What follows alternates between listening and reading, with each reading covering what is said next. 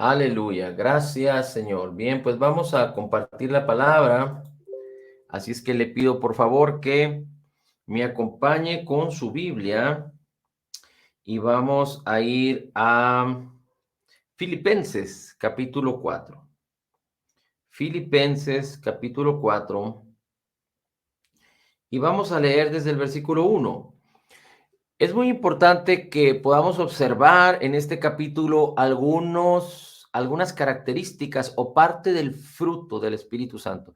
Recuerde que hemos estado hablando de que el Espíritu Santo tiene muchas bendiciones para ti y para mí. El mismo Señor Jesucristo dijo, es necesario que yo me vaya para que el Espíritu Santo, el Espíritu de verdad, el Consolador, venga y ustedes puedan ser testigos, ustedes puedan representar el evangelio, ustedes puedan ser mis testigos, dice el Señor Jesús, que venga poder de lo alto. Y el Espíritu Santo, entre tantas bendiciones que tiene para el creyente nacido de nuevo, guiarlo en toda la verdad, enseñarle las cosas que habrán de venir, ser nuestro consolador, ser nuestro confortador, nuestra fuerza, nuestro poder, el Espíritu Santo tan necesario porque el mismo Señor Jesucristo recibió el bautismo, los discípulos recibieron el bautismo, la iglesia primitiva recibió el bautismo para poder ser eficaces en la demostración, en la manifestación del reino de Dios, del evangelio de Jesucristo, del poder de Dios. Es necesario el bautismo del Espíritu Santo. Recuerda, nacimos por el Espíritu Santo, tenemos un nuevo espíritu creado en la justicia y santidad de la verdad, que es uno con el Espíritu de Dios, con el Espíritu de Cristo, con el Espíritu Santo, con el cual estamos sellados. Pero el bautismo es una experiencia diferente, es un evento diferente al nacimiento de nuevo, que nos habilita, que nos capacita, que nos da el poder de Dios o que nos sumerge en el poder de Dios para que podamos ser eficaces en la vida cristiana. El bautismo del Espíritu Santo, a diferencia del nacimiento en el Espíritu Santo, podríamos ejemplificarlo como lo siguiente. Por ejemplo, si usted se toma un vaso de agua, usted tiene en su interior el agua. Así es que cuando nosotros nacimos de nuevo, el Espíritu de Dios vino a nuestro interior y nos creó un nuevo espíritu y se hizo uno con nuestro espíritu en nuestro interior. Pero cuando usted se sumerge en una alberca, por ejemplo, o en el mar, por ejemplo, usted no tiene el agua adentro, sino que usted mismo está dentro, sumergido en el agua. Así es que tener el bautismo del Espíritu Santo es tú y yo estar sumergidos en el bautismo, en el Espíritu, de tal manera que Él pueda guiarnos, que Él pueda dirigirnos, que Él pueda enseñarnos, que Él pueda ser esta bendición para ti y para mí. Bien, así es que el fruto del Espíritu, de acuerdo a Gálatas capítulo 5, versículo 22, es amor, gozo, paz, paciencia, benignidad, bondad, fe, mansedumbre, templanza. No son varios frutos, es un solo fruto que se manifiesta en amor, gozo, paz, paciencia, benignidad, bondad, fe, mansedumbre, templanza. Pero es muy importante que podamos discernir entre nuestros sentimientos, entre nuestros sentidos y el fruto del Espíritu.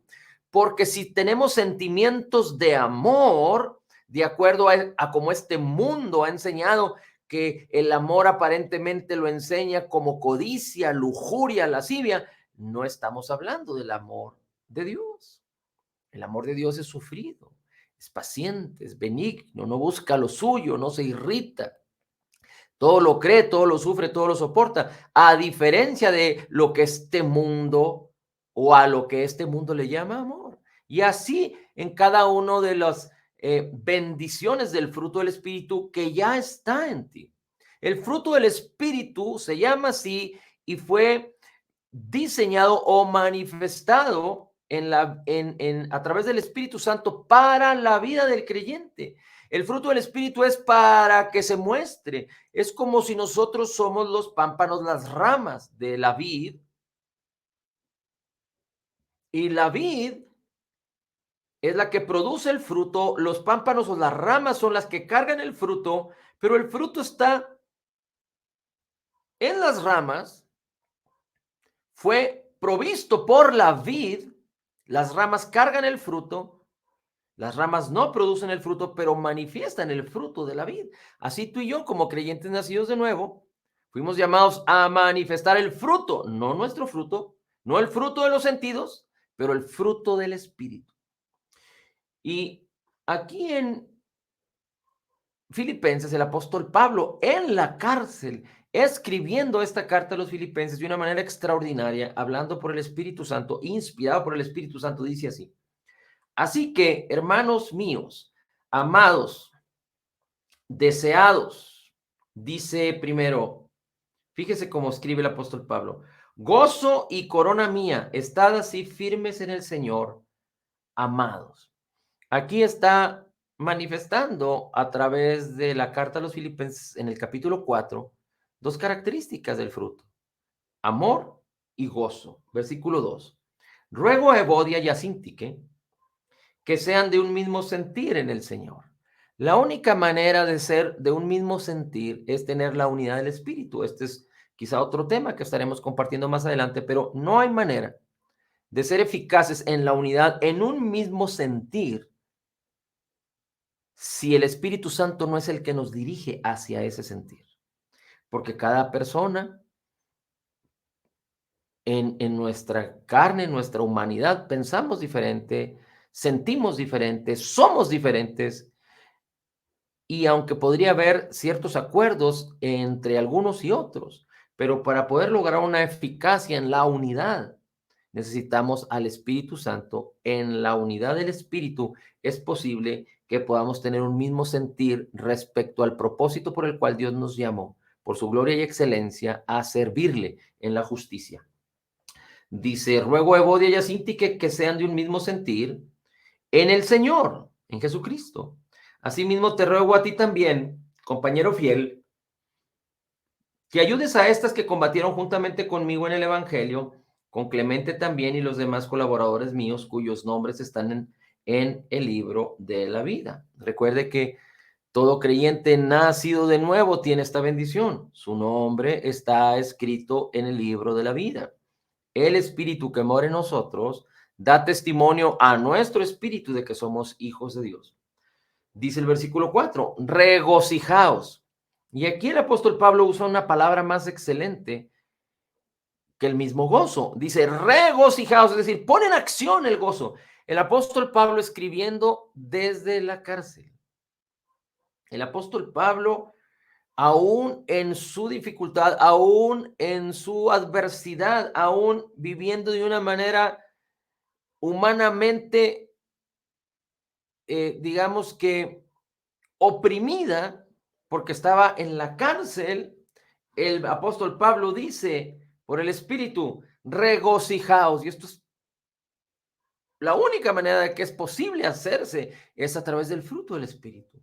No es nuestro gozo, porque nuestro gozo, humanamente hablando, depende de las circunstancias, depende de lo que sentimos. Las personas cuando están contentas se gozan, las personas cuando están tristes lloran, se deprimen. Pero más allá de lo que nuestros sentidos o lo que podamos estar sintiendo, si tú y yo somos creyentes nacidos de nuevo, podemos echar mano del fruto del Espíritu y manifestarlo en nuestras vidas a través de ejercitarnos en la palabra, ejercitarnos en la fe, ejercitarnos en el Espíritu. Recuerde que el apóstol Pablo en Romanos 8 dice que debemos tener nuestra mente en las cosas del Espíritu. Si tú y yo ponemos nuestra mente en las cosas del Espíritu, seguramente vamos a poder ejercitarnos en que el fruto del Espíritu se manifieste. Si tú y yo tenemos nuestra mente en las cosas de la carne, cuando vengan estos sentimientos adversos, tristeza, depresión, enojo, ira, amargura, difícilmente podremos echar mano del fruto del Espíritu que ya mora en nosotros para que se manifieste y sobrepase cualquier sentimiento, porque no estaremos suficientemente ejercitados. Ahora, no estoy diciendo que sea imposible, pero no es la manera de Dios. Por eso tenemos que desechar y no guiarnos por los sentimientos. Desafortunadamente en la iglesia de hoy en día se guían por los sentimientos. Estuve escuchando últimamente algunas porciones de un predicador, no voy a decir quién es, pero tiene muchos seguidores a través de las redes sociales y utiliza conceptos, en mi opinión, bíblicos, pero en mi opinión, humanistas. Y utiliza estos conceptos humanistas y le agrega un sentimentalismo en la manera en la que lo comparte.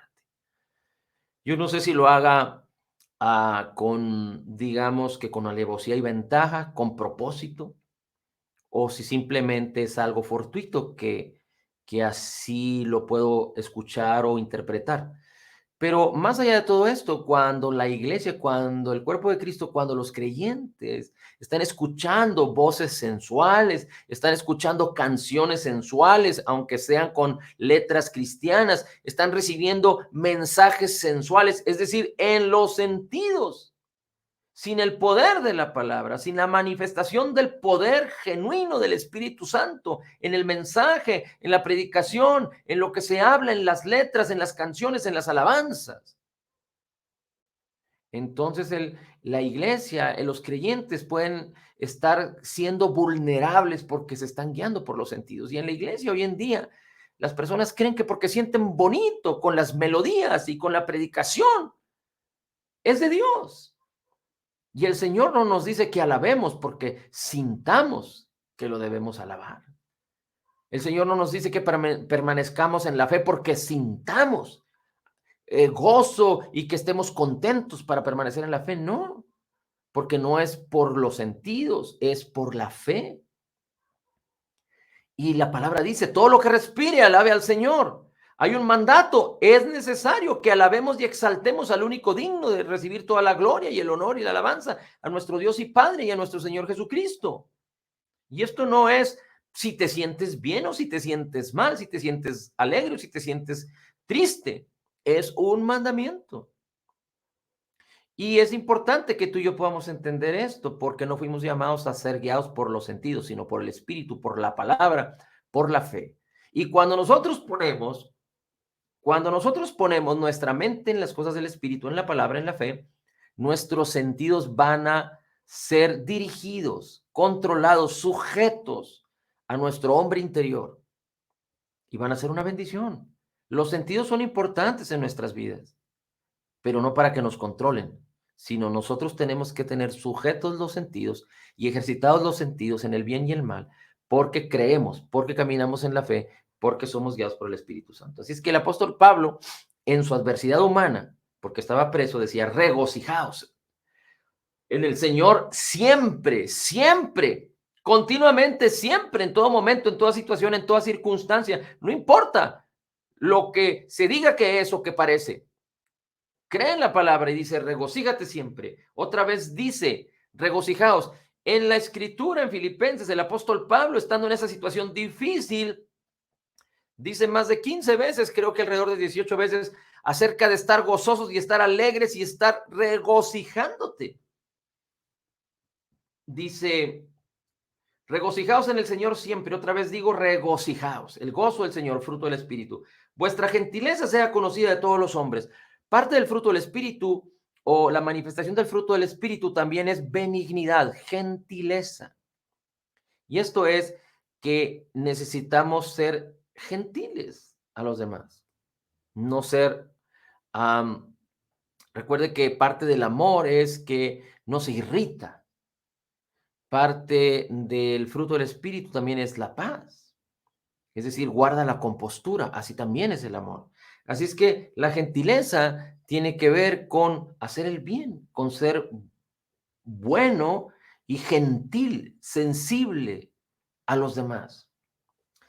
No por conveniencia, no por la educación con la que fuimos formados, aunque es parte de nuestra esencia.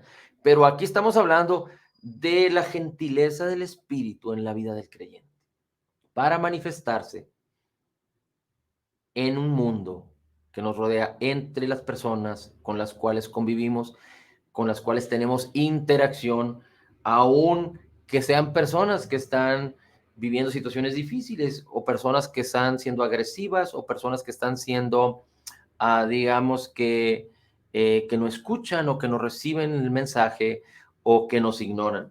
Pero dice la Escritura, vuestra gentileza sea conocida. Y cuando habla de conocida, significa que manifiestes la gentileza, que los demás sepan, no importa quiénes sean, que conozcan la gentileza del Espíritu Santo a través de ti, que es fruto del Espíritu. Así es que dice, vuestra gentileza sea conocida a todos los hombres, el Señor está cerca. Y aquí la palabra nos está refiriendo que el Señor viene pronto. 6, perdón. Por nada estéis afanosos. Recuerde que el Señor Jesucristo dijo, ¿por qué se afanan diciendo qué comeremos, qué vestiremos, qué haremos, cómo podremos lograrlo, cómo venceremos, cómo conquistaremos? El Señor Jesucristo dice, no seas incrédulo, no tengas un corazón duro de incredulidad. Busca primero el reino de Dios y su justicia, y todas las cosas de las cuales el Padre sabe que tienes necesidad vendrán por añadidura. Así es que aquí dice, no te afanes. El afán es incredulidad, el afán es pecado. No te afanes, dice la Escritura aquí, sino que sean conocidas vuestras peticiones delante de Dios en toda oración y ruego. Sean conocidas vuestras peticiones delante de Dios en toda oración y ruego. Y es muy importante que tú y yo recordemos que no podemos pedirle a Dios que nos dé algo que ya nos dio, ni podemos pedirle a Dios que haga algo por nosotros cuando Él nos dice que nosotros tenemos que hacerlo. Te pongo un ejemplo, el Señor ya nos dio sanidad, así es que yo no puedo levantar petición delante de Dios pidiéndole que me sane, porque Él ya me sanó. Antes bien, tengo que declarar la palabra que me dice que por sus heridas ya he sido sanado y tengo que creer y permanecer. O no puedo pedirle al Señor que haga algo por mí. Señor, quita esta enfermedad de mí, cuando el Señor me dice que yo necesito resistir a todo mal, que yo necesito hablarle a la montaña para que la montaña se vaya. Por ejemplo, yo no le puedo pedir al Señor que me enriquezca, que me provea, que multiplique, cuando Él me dice que yo necesito dar, sembrar para recibir. Bienaventurado es el que da. Dad y se os dará. Así es que yo no puedo pedirle al Señor que me dé algo cuando Él me dijo que yo necesito sembrar para cosechar. Y creer que en Cristo Jesús he sido habilitado para poseer, para producir la riqueza. Nos ha dado el poder para hacer las riquezas, porque Él llevó nuestra escasez, nuestra pobreza.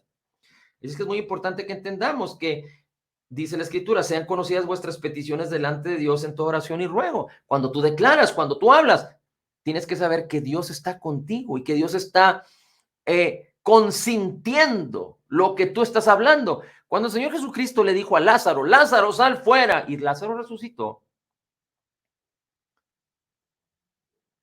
el Señor Jesucristo antes le dijo al Padre, oró y dijo, Padre, gracias por haberme oído. Yo sé que siempre me oyes, pero lo dije por causa de los que estaban alrededor de él. Entonces Jesús no le dijo al Padre, Padre, te pido que resucites a Lázaro, sino que el Señor Jesucristo hizo conocer una petición delante de Dios, resucitar a Lázaro. ¿Y cómo la hizo conocer a Dios? ¿O cómo hizo conocer su petición delante de Dios? En oración y ruego. Lázaro, sal fuera. Sabiendo que Dios estaba consintiendo lo que él estaba declarando, lo que él estaba pidiendo y solicitando. Y Lázaro salió fuera. Y después, si tú recuerdas la historia, Lázaro salió todo envuelto porque lo habían, digamos que puesto en vendas completamente, atado de manos y de pies. Y después el Señor Jesucristo dijo, desátenlo. Si te fijas cómo dice el Señor Jesús, desátenlo. Es decir, el Señor Jesucristo no dijo, vendas, quítense, nudos, desháganse. No, el Señor Jesucristo le dijo a los que estaban ahí, desátenlo y déjenlo ir. Es decir, el Señor Jesucristo dio una orden a las personas que hicieran una acción. Así es que tú y yo no podemos pedirle a Dios que haga algo por nosotros cuando el Señor dijo que nosotros somos los que tenemos que hacerlo.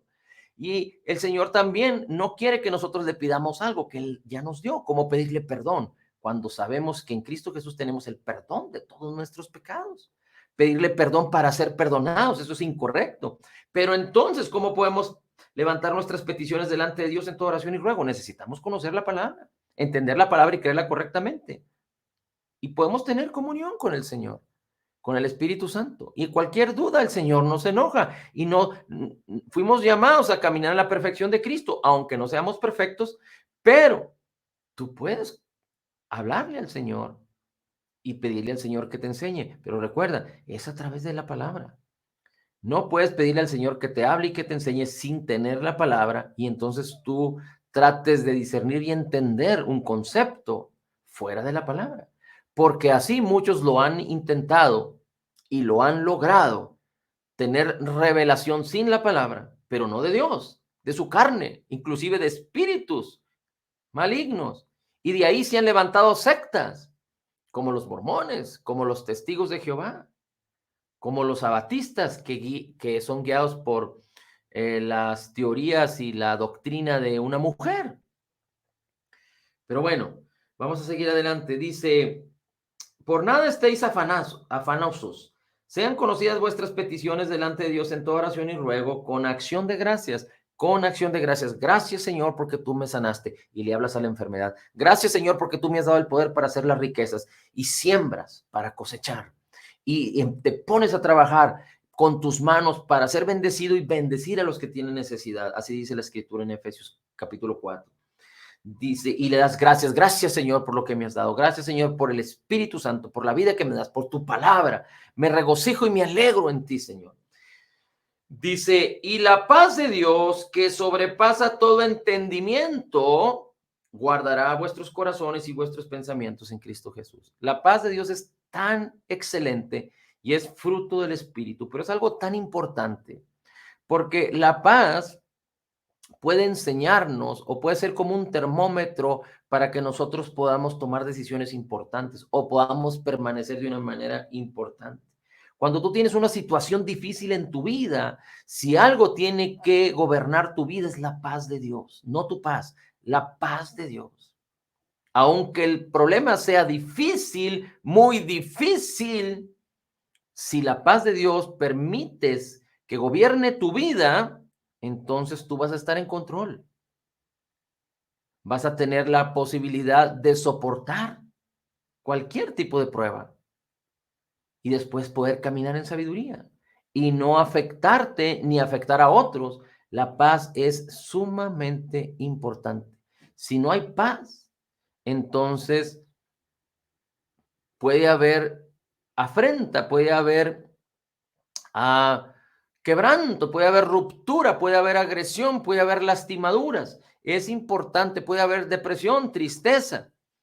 Es muy importante que podamos aprender a permanecer en la paz, que la paz nos gobierne, porque dice que la paz que sobrepasa la manera en la que entendamos, acuérdate, el entendimiento, vemos las circunstancias y el entendimiento quiere tomar eh, cuál fue la causa, cuál es la razón, qué es lo que esperamos, cuáles van a ser las consecuencias. Ese es el entendimiento, pero la paz de Dios sobrepasa todo entendimiento. Y entonces permite que tu corazón sea guardado para no claudicar y permanecer en la fe. Y también guarda tus pensamientos en Cristo, es decir, en lo que Cristo ya hizo por ti, que es contrario a lo que las circunstancias, a lo que los sentimientos, a lo que las personas de este mundo dicen, a lo que la sabiduría de este mundo piensa y dice. Por eso es muy importante que permitamos que la paz de Dios, que es fruto del Espíritu, que mora en ti, si eres un creyente nacido de nuevo, permitas que guarde tu corazón y guarde tus pensamientos. Cuando hay una situación difícil, recuerda que la paz de Dios es fruto del Espíritu y está en ti, listo para manifestarse en su vida. Y mira, vamos a terminar con esto. Colosenses capítulo 3, versículo 15. Colosenses capítulo 3, versículo 15.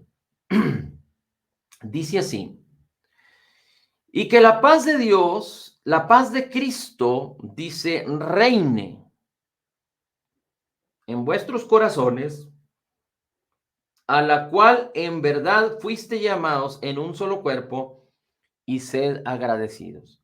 Colosenses capítulo 3, versículo 15, dice así, otra versión: y la paz de Cristo gobierne vuestros corazones, en la cual en verdad fuiste llamados en un solo cuerpo y sed agradecidos. Hay otra definición de la palabra o de la acción que tiene la paz, que el apóstol Pablo está diciendo que tú permitas que opere la paz de Dios que mora en ti, que es fruto del Espíritu. Una dice reinar, otra dice gobernar, pero la palabra en el griego tiene que ver con aquel que toma decisiones. Por ejemplo, en un partido de béisbol, cuando el pitcher lanza la bola y el que está en la caja de bateo digamos, no responde, hay un personaje que está dentro de la caja del bateo que se llama catcher y también hay otro personaje que está guiando o que está ampallando, es el umpire que le dicen, es un término creo que anglosajón, pero es el que toma la decisión de saber si es strike o es bola. Bueno, es decir, toma la decisión de si es correcto el lanzamiento o es incorrecto, por llamarlo así, por aquellos que no tengan mucho conocimiento del béisbol. En otras palabras, cuando la Biblia aquí en Colosenses habla acerca de la paz, dice que la paz sea la que decida, que la paz que está en tu corazón, que la paz que es fruto del Espíritu de Dios en tu vida, sea la que decida por ti.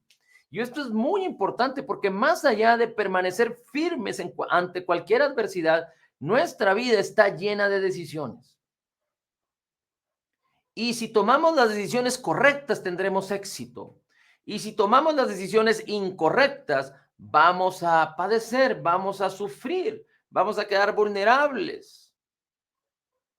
Así es que es muy importante que nuestras decisiones, por más pequeñas o por más grandes que sean, podamos ser guiados por el Espíritu Santo, y el Espíritu de Dios usa algo maravilloso. Además de la revelación, que es algo más, digamos que algo más serio o más ejercitado, pero que es parte de la bendición del Espíritu de Dios para nosotros. La paz tiene que interactuar, tiene que decidir para la toma de decisiones. Es decir, si tú quieres tomar una decisión entre tu izquierda y tu derecha, tú tienes que ver cómo la paz está decidiendo en tu vida. La paz, ¿hacia dónde se está inclinando? En nuestras vidas, si tú haces un recuento, hemos tomado muchas decisiones. Definitivamente que una de las decisiones más importantes de la vida del hombre es recibir a Jesús como Señor y Salvador. No, ahí prácticamente la paz está volcada hacia la necesidad que teníamos de ser salvados. Pero una vez de ser creyentes, tomamos decisiones muy importantes, como cuando un hombre encuentra a su mujer y, y quiere formar una familia, contraer matrimonio. Tiene que estar la paz involucrada ahí para saber si es el tiempo, el momento y la persona con la que debe contraer matrimonio. Más allá de que el Espíritu de Dios le revele, más allá de cómo Dios hace las cosas, la paz tiene que interactuar de una manera sincrónica o en armonía con la revelación del Espíritu, con la palabra. Entonces, cuando tomamos decisiones, quizá no tengamos una paz perfecta o no podamos entender una paz perfecta, sobre todo si tenemos que tomar una decisión rápida. Pero si no tenemos paz, entonces no tomes la decisión. La paz no está decidiendo que eso es lo correcto. Pero si hay más paz en la opción A que en la opción B, entonces la paz, aunque tú no estés haciéndolo de manera perfecta, la paz te está guiando a tomar esa decisión. ¿Cuándo es cuando hay más paz y menos paz? Es decir, no podemos discernir una paz completa o plena porque no estamos siendo todavía maduros en ejercitarnos en el fruto del Espíritu, en las cosas del Espíritu, en las cosas de la palabra. Pero en cualquier momento de nuestra vida puede suceder. Pero en la medida en la que nos ejercitemos, vamos a poder permanecer en ello.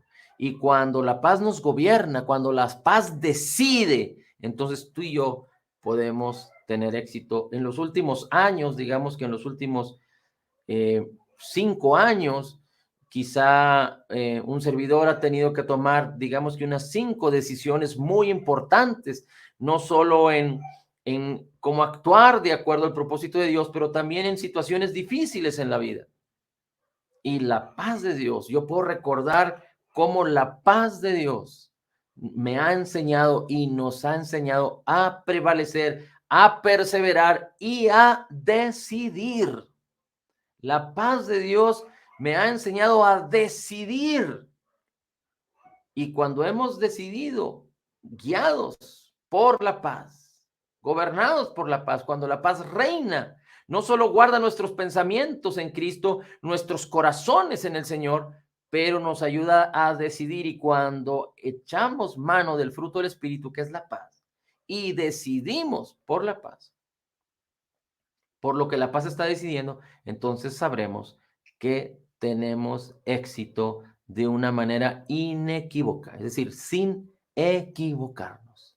Es decir, cuando tengas que tomar una decisión, el fruto del Espíritu está en ti, listo para manifestarse. La paz de Dios quiere gobernar tu corazón, quiere gobernar tu alma, para que tú puedas prevalecer, permanecer y poder decidir correctamente en un mundo de dificultades, de incertidumbre, en un mundo que está en tinieblas. Si tú y yo fuimos llamados a ser la luz del mundo y la sal de la tierra, es importante que el fruto del Espíritu pueda manifestarse y ejercitarse de una manera continua, y que la paz de Dios, que sobrepasa todo entendimiento, guarde tu corazón y tus pensamientos en Cristo Jesús. Gracias, Señor. Gracias, bendito Dios, por tu amor y tu bondad, por el fruto de tu Espíritu y tu paz en nosotros. En Cristo Jesús declaramos que somos totalmente perdonados y sanados, perfectamente justificados, altamente favorecidos, profundamente amados, grandemente bendecidos, más que vencedores en Cristo Jesús. Como Jesús es, así somos nosotros en este mundo. Somos la justicia de Dios en Cristo y tenemos el fruto del Espíritu, que es amor, gozo, paz, paciencia, benignidad, bondad, fe, mansedumbre, templanza. Gracias, Señor Jesús. Recibiendo de la abundancia de tu gracia y del regalo gratuito de tu justicia, podemos declarar: todo lo puedo en Cristo que me fortalece. Amén. Amén. Amén.